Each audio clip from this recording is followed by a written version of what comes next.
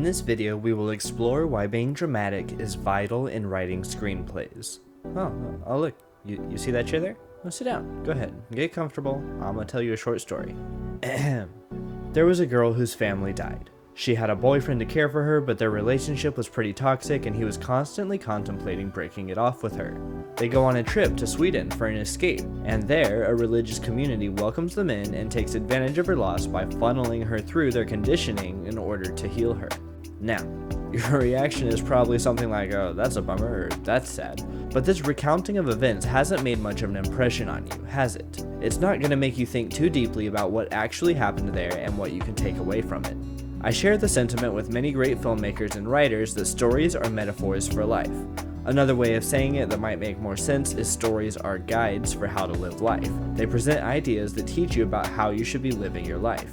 A key takeaway from this little tale I told you at the beginning of the video is that it was not very effective in making you question your life or worldview in any meaningful way. The words brushed over you almost immediately after I said them. If this were the level at which stories were presented, you may as well be reading a manual that explains to you what you need to be doing with your life. This is just a list of facts about a character. This is the equivalent of someone beating you over the head and trying to get you to learn something. We all know that the most productive way to learn something is to have a genuine interest in it and dive deep into the center of the subject. And on the contrary, if someone is beating you over the head trying to make you understand something, you're likely to actually resent and turn away from all the advice they were giving you. The reason that being dramatic is vital to telling stories is because it will emotionally connect us to the characters, allowing us to feel what they feel and understand the outcomes of their decisions. You sear sequences and imagery into the minds of the audience so that it plays over and over in their minds rather than being forgotten immediately. When the story resonates with the audience in this way, it will serve as a meditation for the subject of the film. The themes and lessons will be mulled over and contemplated. They will link those events to situations within their own lives and start wondering if they need to change anything. The story I told in the beginning is a very jagged plot description of the film Midsommar, directed by Ari Aster. This is a film that proved my points on why dramatic storytelling is vital. Let's dive into this film. Some people I've talked to were flabbergasted by how hard this movie is to watch and question why it had to be like that, telling everyone to avoid it because it's traumatizing and disgusting. From a starting point, this sounds like a story that I would probably appreciate because it affected those audience members so intensely. But there are two things that this could mean. Either the movie is trying to get reactions out of you through shock factor, or it actually earns those through the pursuit of making a memorable story. Midsommar is certainly the latter. Simply put, none of these individuals who question why the movie had to be as horrific as it is has taken the time to think about what they watched. They are used to entertainment rather than art. There's a difference between a movie and a film. This film intends to point out the terrors that can spawn from bad relationships and people who take advantage of your pain, so it uses the horror genre to adequately warn you of these evils. Let's dive into the film and look at these two elements of the story to see exactly how Midsommar dramatizes them. Number 1. Christian. Danny is the girl who has tragically lost her whole family through her suicidal sister's schemes. Christian is her boyfriend. Especially at the beginning of the film, it gives us a lot of intimate time between the characters so we can understand their dynamic and grow attached to them. Danny relies on Christian, but it takes a lot of time to truly come to terms with how toxic and uncaring he is towards her. Near the beginning of establishing their relationship, we see this painting in the background. This illustrates a young and naive girl who is taken by a large bear.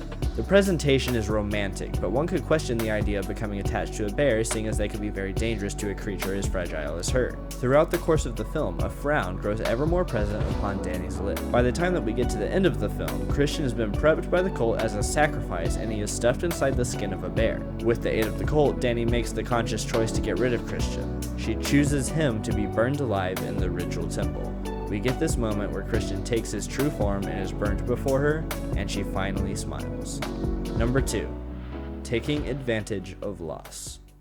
Pelle is a Swedish foreign exchange student who has come to the Americas to find people to bring back to Sweden to be sacrificed in their cultish rituals. He gathers up this friend group, including Christian, but then he takes special interest in Danny when he realizes she has gone through a terrible loss. He takes time to explicitly point out that he understands this pain. As they arrive in the community, you can notice the various elders greeting the troop of visitors, but then paying special attention to Danny and making her welcome the warmest. Many religions pave their way into the hearts of lost and hurting souls. It fills the hopeless voids within them. The cult becomes interested in Danny because they believe she can be transformed into an honorary member of the cult they call the May Queen. As the film progresses, we see further escalated versions of this insistence on the understanding of her pain, to the point that as she cries, so do the women around her. They mimic her and feel exactly as she does. This is very haunting because it leads to the destruction of Christian and all of her previous associates. But at the same time, she does finally smile and feel set free after essentially being mind-washed by their conditioning and treatments. This is a very powerful and relatable way to deliver these types of warnings to me.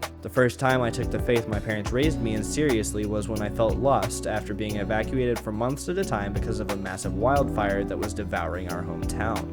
That crutch and security was there to catch me, and I was vulnerable and accepting of the teachings, particularly in that time. These are very human elements that almost anyone can relate to. They are taken to dramatic extremes to stand out in our mind and sear its imagery into our head. Interaction with religion and relationships are very common ideas that almost every human will work through in one way or another at some point in their life. Life imitates art, and art imitates life.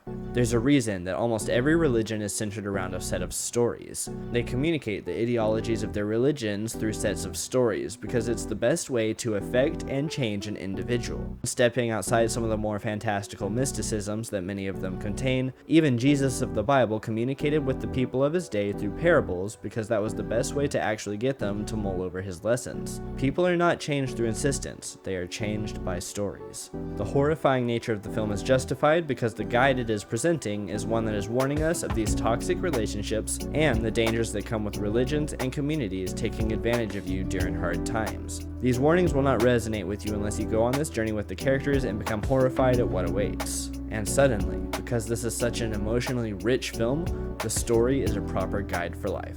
This is a properly told story. If you enjoyed the video or found it informative, consider subscribing and liking. It would really help out the channel. If you thought it could have been better though, let me know what you would like to see improved down in the comments and leave it a thumbs down. Thanks guys, I'll see you later.